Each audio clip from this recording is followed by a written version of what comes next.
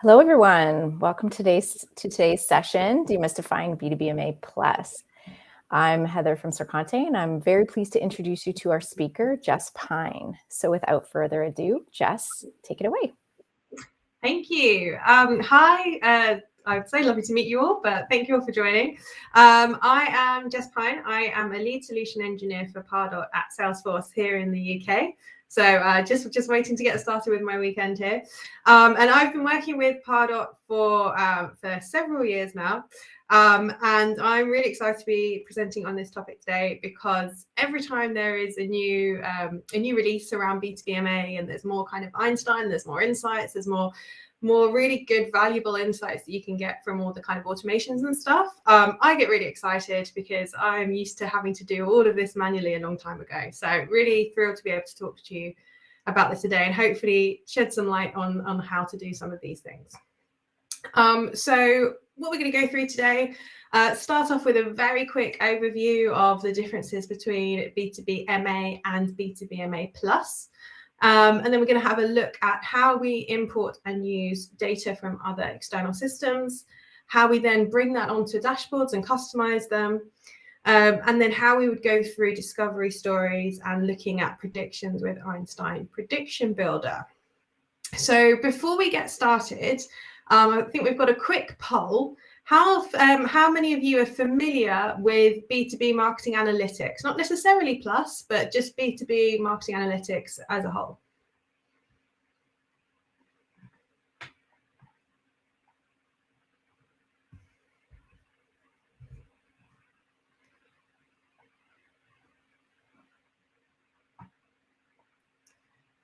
Just looking for the answers there. Okay, so, all right, this is good. So we have some confident users, welcome. Hopefully we'll see some kind of things that you might not have seen before. But a lot of people who are less familiar, which is fantastic. So I think hopefully what we go through today will be useful from kind of both perspectives, which is great. Okay, so very quickly, differences between B2BMA and Plus. So with B2BMA, you get the B2B Marketing Analytics app, which comes with 5 out-of-the-box dashboards. Plus, if you're using advanced and you have Einstein, you also get an extra dashboard for the Einstein behavior scoring there as well. And in all of these dashboards and in the app itself, you can use Pardot and CRM data. Whereas with B2BMA Plus, you have external data. You can bring in data from external systems as well as Pardot and your CRM data. You have that B2BMA app that you have in the standard edition, but you also have 2 additional apps, which we'll go through today, Marketing Campaign Intelligence and the Account-Based Marketing app. And you also have access to discovery stories and the Einstein Prediction Builder, as well as a lot more data if you need a lot more data.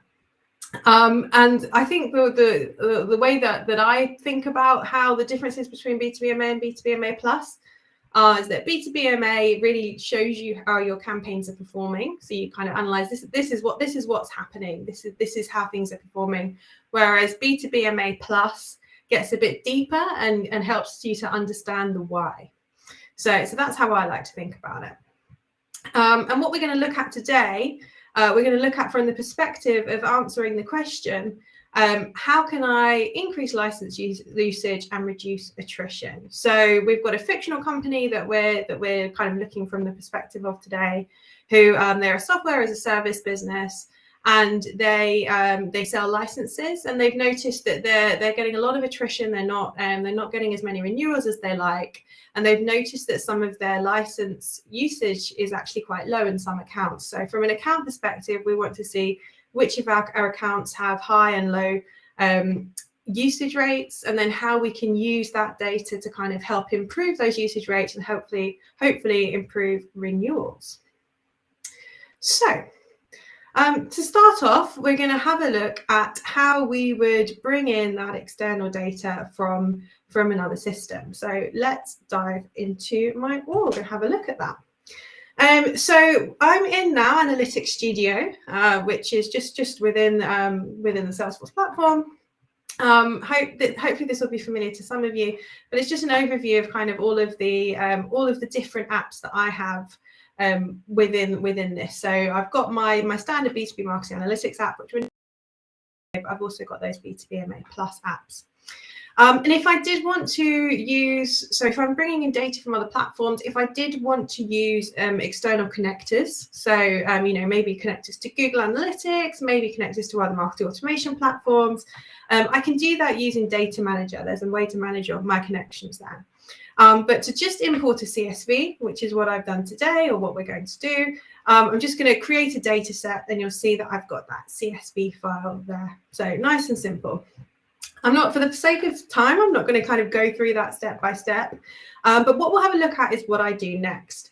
So the data that I've brought in is this usage data here. So if we have a quick look at what that looks like, what we can see is that I've got my account IDs. So I do have my account IDs in my external system. You need an ID to kind of help keep all that data together.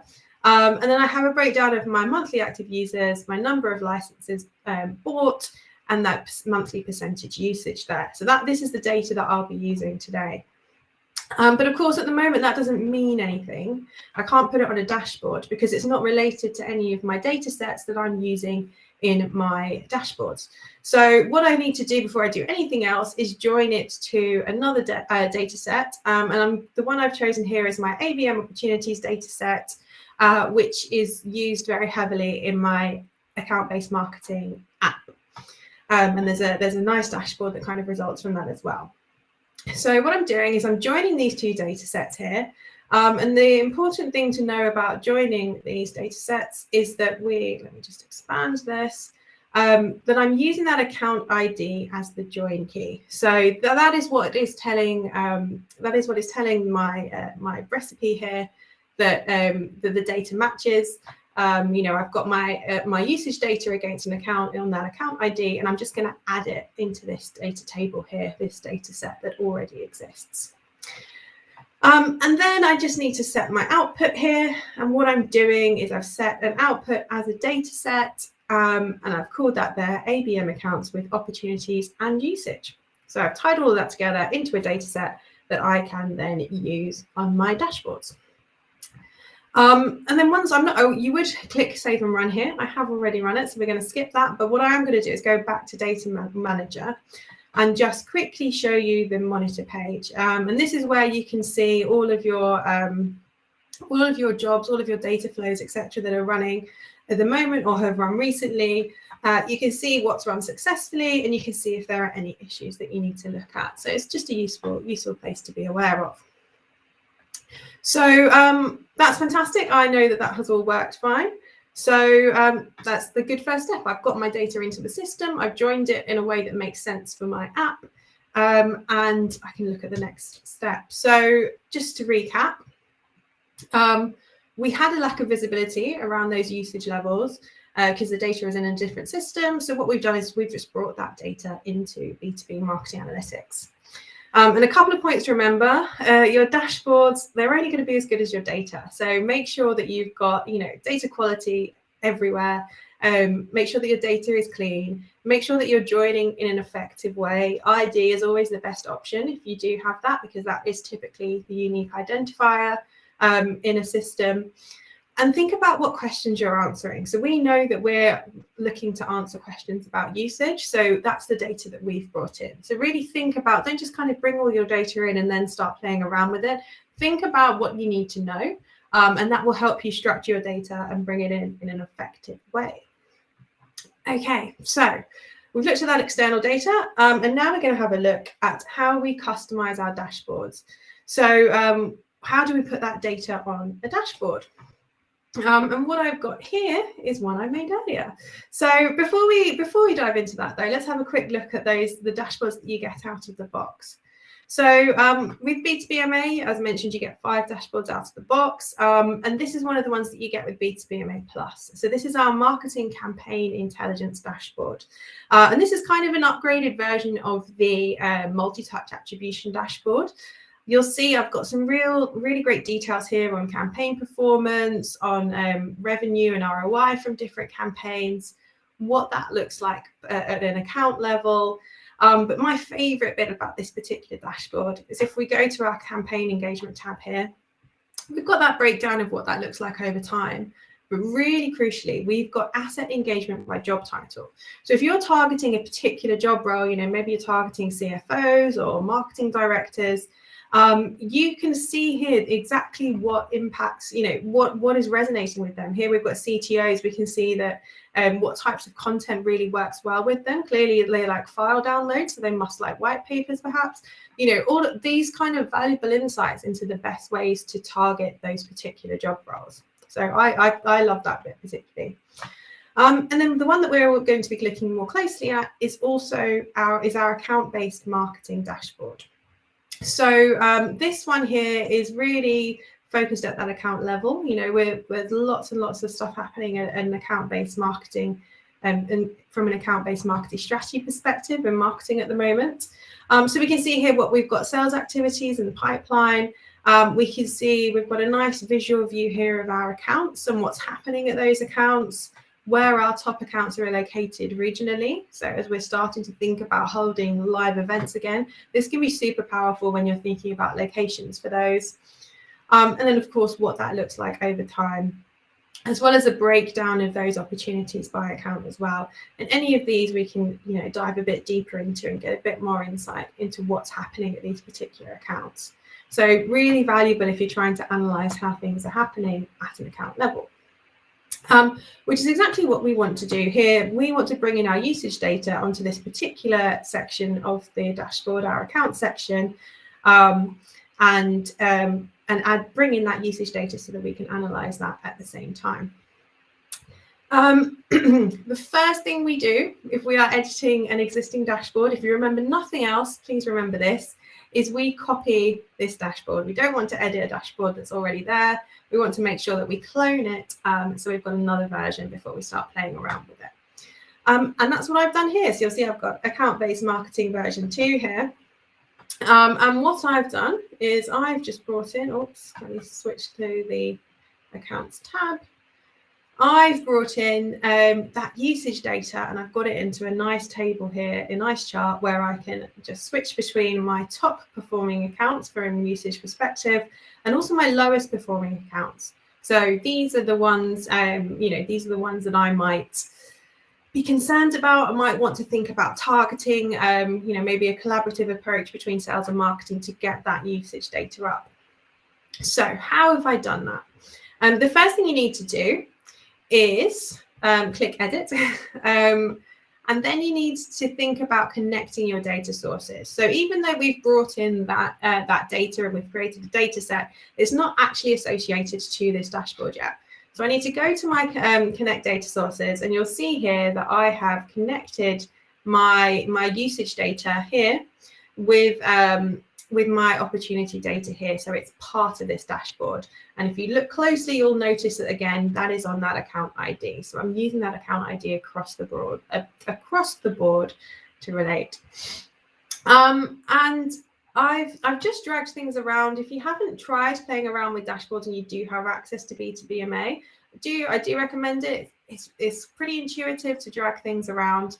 And you can build some nice things. I'm not going to say this is the prettiest dashboard you've ever seen. My edition is obviously not the nicest, but I'm sure you can create something much nicer. And all I've done here is I've got my bars here, which is my y-axis in my account names, and I've got my percentage usage here in the x-axis. So just nice and simple, using the data I've already imported, and I just added it onto my dashboard there. And a top tip, if you're editing a dashboard, you can just press your E key and it will toggle between preview or viewing the dashboard and editing. So there we go. That's how I've brought that onto my dashboard there. So quick recap on that. So we were missing that usage data. We wanted to analyze that at an account level. So we've just pulled that in a chart, also known as a lens in Tableau CRM, which is what B2BMA is built on. So now we've got all of that data in one place, so where it matters. So a couple of things to remember, as I mentioned, always copy the dashboard before you edit. If you make changes, you can't kind of revert back, so don't do that. And think first about your user experience. So who is going to be using this dashboard, and what are they looking for? What questions do they want answered? And really kind of think about it from a UX perspective. And remember as well, we didn't look at it there, but there are lots of different options for charts. Charts are not equal, but it's not all charts for all purposes. Different charts have different purposes and display the data in ways that make sense in different ways. So make sure that when you're playing around with different chart types, that you're choosing ones that make sense for what you want to display. Okay, next section, discovery stories. So at this point, we've identified that there are those some accounts that aren't performing very well from a license usage perspective, and we're thinking about ways to re-engage them. And obviously some of that will be on a sales team, but some of that might be from the marketing team as well. So what we want to look at is how our marketing teams, how our prospects are engaging with our existing content, and in what ways we can actually improve that. So here we're seeing, this is one of our Einstein discovery stories. So what we're looking at here is our prospect engagement and what types of things are influencing that. So we can see that where our activity count is the highest, people are downloading files. So people are downloading our white papers. We can also see how our business units are performing and what campaign types, etc., are performing well.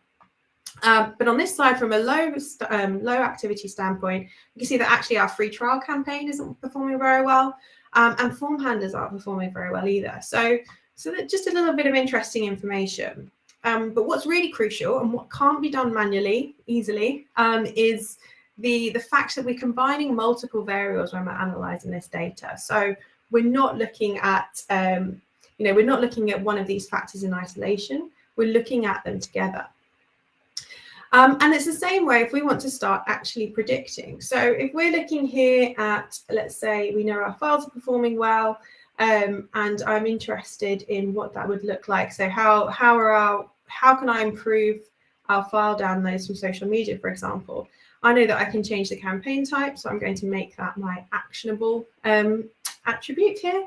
And straight away, I get recommendations that actually, if I switch that to general web marketing, rather than trying to run my white paper campaign on social media, I'll see an increase of 41 activities, which is pretty substantial. So I'm going to do that. And then if I analyze down here, I can see how those different suggestions and how those different factors are actually impacting that activity count there. So really, really helpful when you're starting to predict to choose ways to improve your strategy and your approach, because you can predict the future.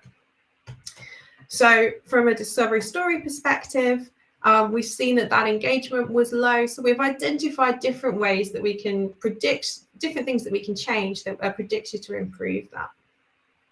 So don't neglect looking at those combinations, and make sure that when you're building out your stories, you're selecting relevant fields. So you don't want to be choosing things like phone number fields to include in your stories, because that's not going to provide you with any valuable data. Okay, and then the final thing today, we're going to look at Einstein Prediction Builder. So this here is, we've got some great insights, but we want to think about predicting the future, and also what key insights can we draw from that. And in this example, we're looking at the use case that we're sending a lot of leads over that are actually being rejected by sales. They're being marked as unqualified.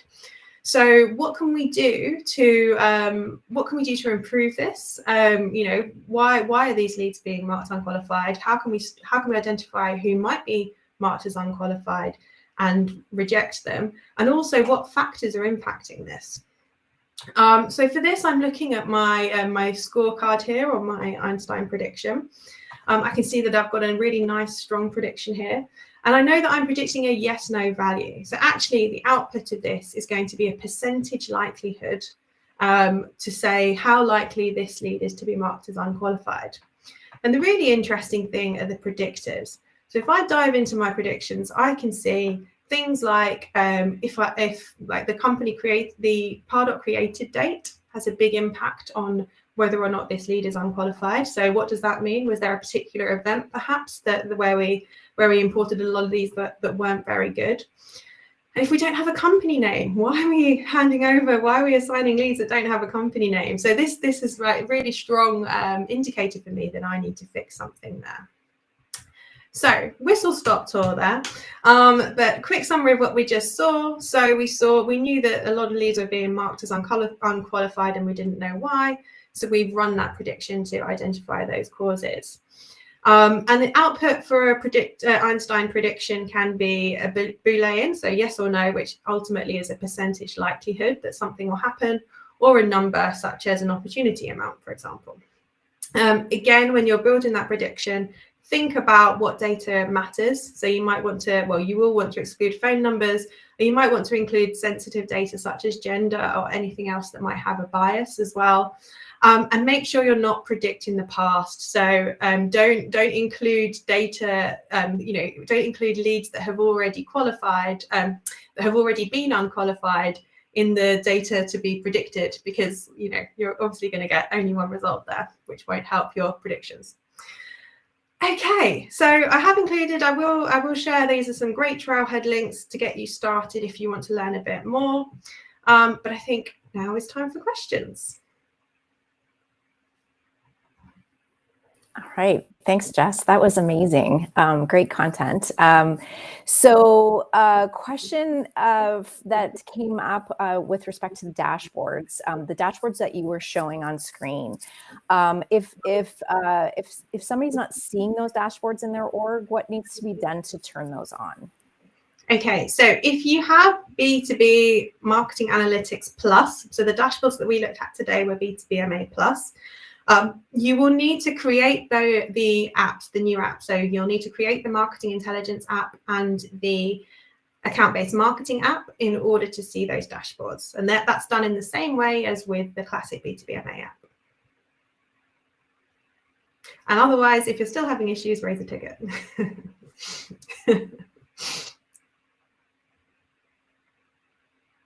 Does anyone else have questions?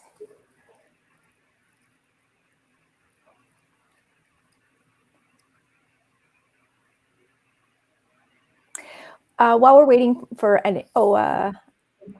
okay, so Mike, yeah, you do have Pardot Analytics, Pardot Plus and Analytics Studio, so it would be a matter of just creating a new app, installing that.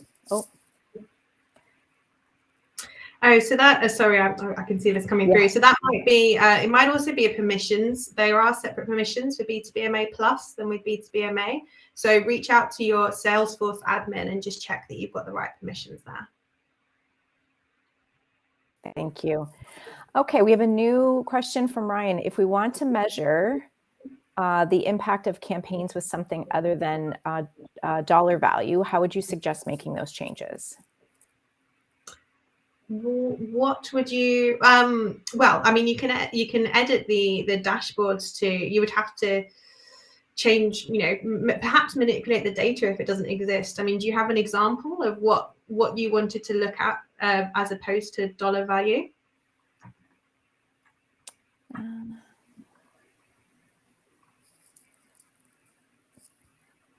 But well, while we're waiting, essentially, if the data you want already sits on your dashboard, remember when I had to connect the data on the dashboard as well as when I imported it, you should be able to just change the charts that are on the dashboard to display that data. If the data isn't on that dashboard, then you might have to connect different sources, and you might even have to create a new data set to bring into that app if the data that you need doesn't sit within the app. So it could be a very quick one, or it could be there are a couple more steps before you have the data you need. Oh, no. Sorry, yeah, I've seen that. Oh, yeah, okay, yes. So if that data sits externally, then you would kind of go through the process that we looked at today. And if that data doesn't sit externally, if it does sit within Salesforce, you can follow a similar process, but you're just putting the data in from a Salesforce object as opposed to importing it via a CSV. Great, thanks, Jess. And I think we're at time now, so that concludes our session today. I would like to give a shout out to our sponsors for their support for this session, and for everyone that has attended the sessions so far. So be sure to take a pop into our sponsor booths, and then also don't forget to check out our closing keynote, which is coming up just shortly. But other than that, thank you, Jess, and thank you, everyone, and enjoy the rest of the conference. Thank you.